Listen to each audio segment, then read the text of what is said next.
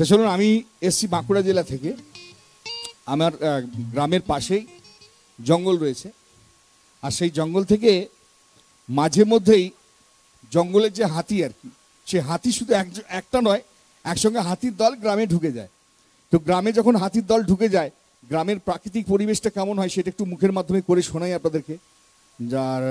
যাদের ওই পরিবেশের সম্পর্কে সম্যক ধারণা নেই তারা একটু ধারণাও পাবেন, আর যাদের আত্মীয় স্বজন রয়েছে বা তার কেউ কখনো প্রত্যক্ষ করেছেন বা গল্প শুনেছেন তারা খানিকটা রিয়েলাইজ করার চেষ্টা করবেন। তো প্রথমেই সন্ধ্যা বেলায় সান্ধ্যকালীন সময়ে জঙ্গল থেকে বেরিয়ে আসে প্রথমে দাঁতাল হাতি, আর তার পিছনে পিছনে আসে ফুল ফ্যামিলি। বেশ বিকেলের মনোরম পরিবেশ, পুকুর থেকে হাঁসগুলো ভয়ে ডাকতে ডাকতে উঠে যাচ্ছে। আর ঠিক জঙ্গলের বাইরে এসে দাঁতাল হাতি প্রথমে একটা আওয়াজ করে। কিরকম ভাবে আওয়াজটা করে,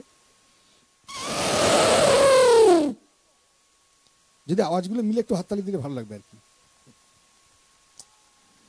তো এই আওয়াজ শুনে গ্রামে যে কুকুরগুলো থাকে তারা কে কিরকম ডাকাডাকি করে।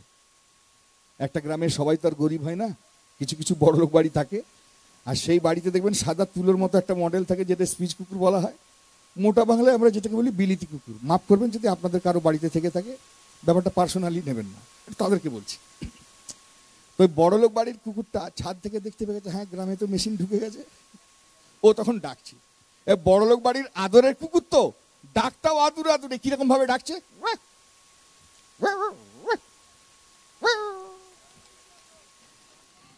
এবার বাড়ির যিনি গিন্নি, যিনি অনেক টাকা দিয়ে কুকুরটাকে কিনে এনেছেন, ভালো ভালো খাবার খাওয়ান, প্রায় স্বামীর মতো ভালোবাসেন, তার খুব প্রেস্টিজে লেগে গেছে যে রাস্তার কুকুরের এত জোরে চিৎকার করছে আর আমার সাধের কুকুর কিনা এত আসতে, তাহলে মনে কুকুরটার খিদে পেয়েছে। ওই জন্য উনি কুকুরটাকে কাছে ডেকে গায়ে হাতে একটু পালিশ করলেন, অলিতে গলিতে একটু মালিশ করলেন, তারপর বিস্কুটটা খাওয়াচ্ছেন যদি টেম্পারটা বাড়ে আর কি। তো বড়লোক বাড়ির গিন্নি কুকুরটাকে আদরটা কিরকম করছেন আর কুকুরটা আদরটা কিরকম নিচ্ছে দেখুন। টামি টামি শোনো ডার্লিং, এদিকে এসে। টামি টামি এরকম দুষ্টুমি করে না, টামি টামি।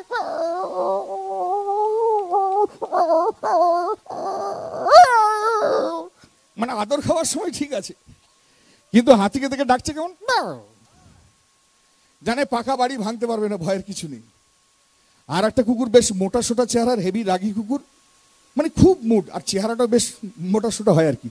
ওই রাগী কুকুরটা হাতির আওয়াজ শোনার পর কিরকম ভাবে ডাকছে,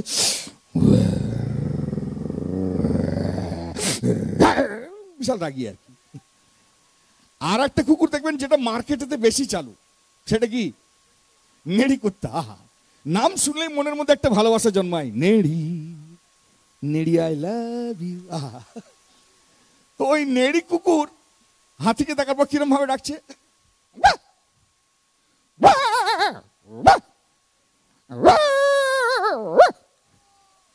এবার হাতি দেখলো কি, যদি কুকুরগুলো এরকম ভাবে চিৎকার চেঁচামেচি করে, গ্রামের মানুষ তো মশাল নিয়ে তাড়া করবে, নয়তো ফরেস্ট অফিসে ফোন করবে, হোলা পার্টি আসবে, তারা আগুনের হলকা, সেই সঙ্গে বল্লমের খোঁচা, অনেক রকম ব্যাপার রয়েছে আর কি।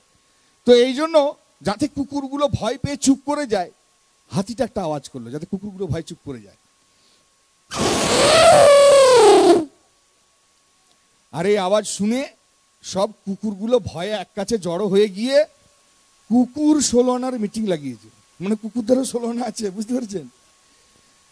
সব কুকুরগুলো তখন নিজেদের মধ্যে কথা বলছে, কি করবি রে কি করবি রে। তখন একটা কুকুরের কাছে একটা ফোন ছিল, বুঝলেন, মানে আজকাল কুকুররা ফোন চালাচ্ছে। তা আমাদের যেমন বিএসএনএল, ভারত সঞ্চার নিগম লিমিটেড, কুকুরদের কোম্পানি আলাদা, ওদের হচ্ছে ডিএসএনএল, মানে ডগ সঞ্চার নিগম লিমিটেড।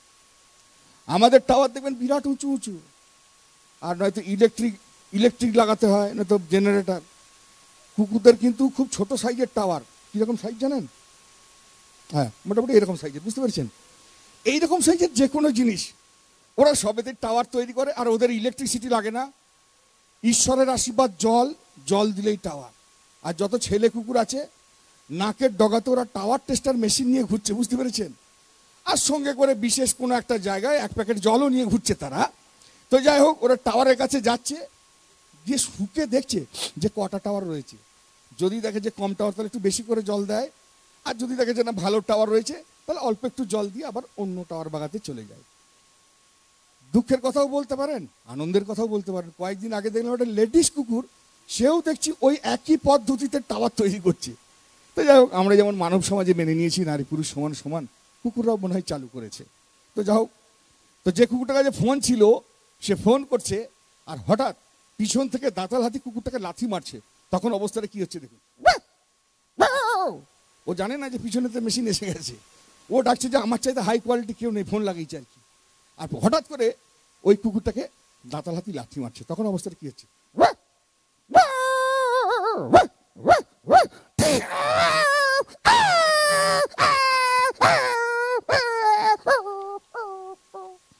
যদি ভালো লেগে থাকে হাততালি দিয়ে আশীর্বাদ করবেন।